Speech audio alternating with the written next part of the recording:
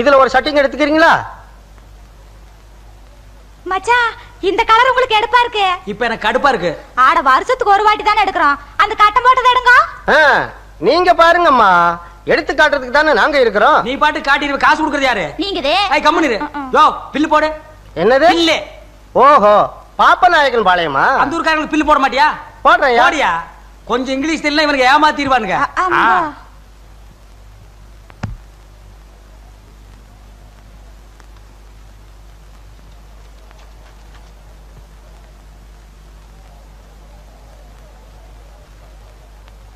மொத்தம் 995 ரூபாய் வருதுயா. எப்பா ஒரே இல்ல அள்ளிட்டா. இந்த பணத்துக்கு 10 பண்ணி வாங்கி விட்டுருக்கலாம். வாங்கி விட்டா வருஷத்துக்கு 50 குட்டி போடு. வேற என்ன?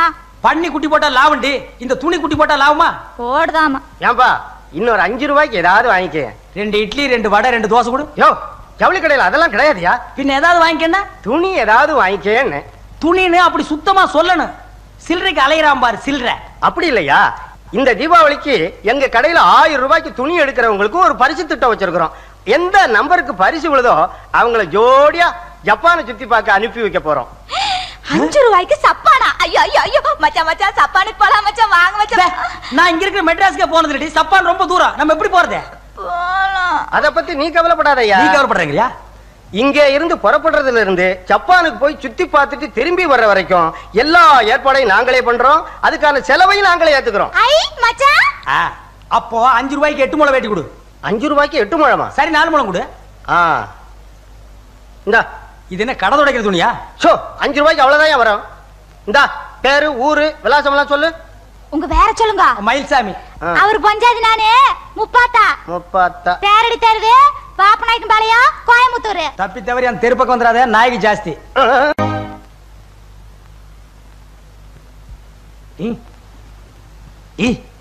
ஏண்டி மீன் பண்ண மாதிரி தலையில ஒரு பேன் பண்ணைய வச்சிருக்க? எங்க அம்மா கிட்ட இருந்து ஒட்டி இருக்கோம். உங்க அம்மா உனக்கு கொடுத்த சீதனமே இதுதான். இந்த பாருங்க, அனாவசியமா எங்க அம்மா வேல வம்பு கிழக்காதீங்க. ஆமா, பேனு குத்தி குத்தி என் விரல் குட்டியா போச்சு. மயில்சாமி யார் அவன்? கடங்கார? கடங்கார இல்லையா, அன்னைக்கு ஜவுளி எடுத்தீங்களே அந்த கடக்கார வந்திருக்கிற. மயில்சாமி, மயில்சாமி பொண்டாட்டி, நீங்க 2 பேரும் அதிர்ஷ்டசாலிங்க. கூடிய சீக்கிரம் ஜப்பான் போறதுக்கு தயாரா இருங்க. எங்களுக்கு பெராசு வந்துடுதா மச்சான்? அது நானு. இந்தாங்க, இந்த பாரத்தில் கையெழுத்து போடுங்க. இந்தாமா, நானே பாஸ்போர்ட் டிக்கெட் எல்லாம் கொண்டாந்து கொடுத்து உங்க 2 பேரையும் பிளேன்ல ஏத்தி விட்டுருவேன். ஜப்பான் நாரிட்டா ஏர்போர்ட்ல முனுசாமின்னு ஒருத்தர் உங்களுக்காக காத்துக்கிட்டு இருப்பாரு. அவர் உங்க 2 பேரையும் கூட்டிட்டு போய் ஜப்பானை சுத்தி காட்டுவாரு. என்ன யோ, ஏரோப்ளான்ல சன்னலோரமா டிக்கெட் போட சொல்லி எச்சி துப்புன.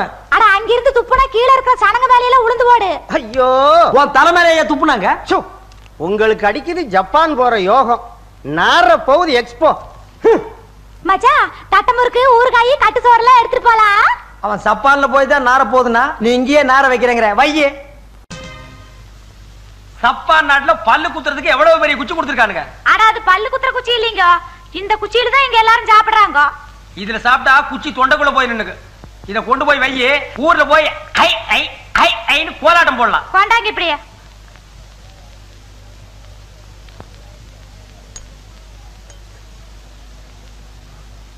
எவ்வளவு நைஸா இருக்கு. ஆட்டை சுத்தம் பண்ணி வெறும் குடலை வெள்ளையாக்கி ரொம்ப அற்புதமா செஞ்சிருக்காங்க. நைஸா இருக்கு. போய் சாப்பிடுறியா? அது என்ன குடல் மாதிரியாவா இருக்குது? எனக்கு வேண்டாம், வேணா நீங்களே சாப்பிடுங்க. சப்பா நாட்டு குடல் அப்படித்தாண்டி இருக்கு. இங்க ஆளுங்களை பார்த்தியா குள்ளமா இருக்காங்க.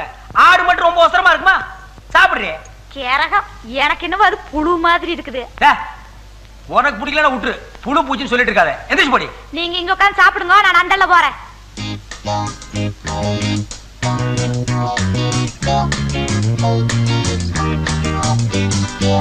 புருஷன் பாம்பு கறி, கொண்டாட்டி என்ன தவளக்கறி தின்றாளா? என்ன முப்பாத்தா, உன் புருஷனுக்கு பாம்புன்னா ரொம்ப பிடிக்குமோ? பாம்பா? அவர் ஆட்டு குடல்னு சொன்னாரு. இப்ப அவன் சாப்பிடுறது என்ன நினைக்கிற? அசல் தண்ணி பாம்பு. வேக வச்சு உரிச்சு உப்பு தடவி கொடுத்துருக்கானுங்க.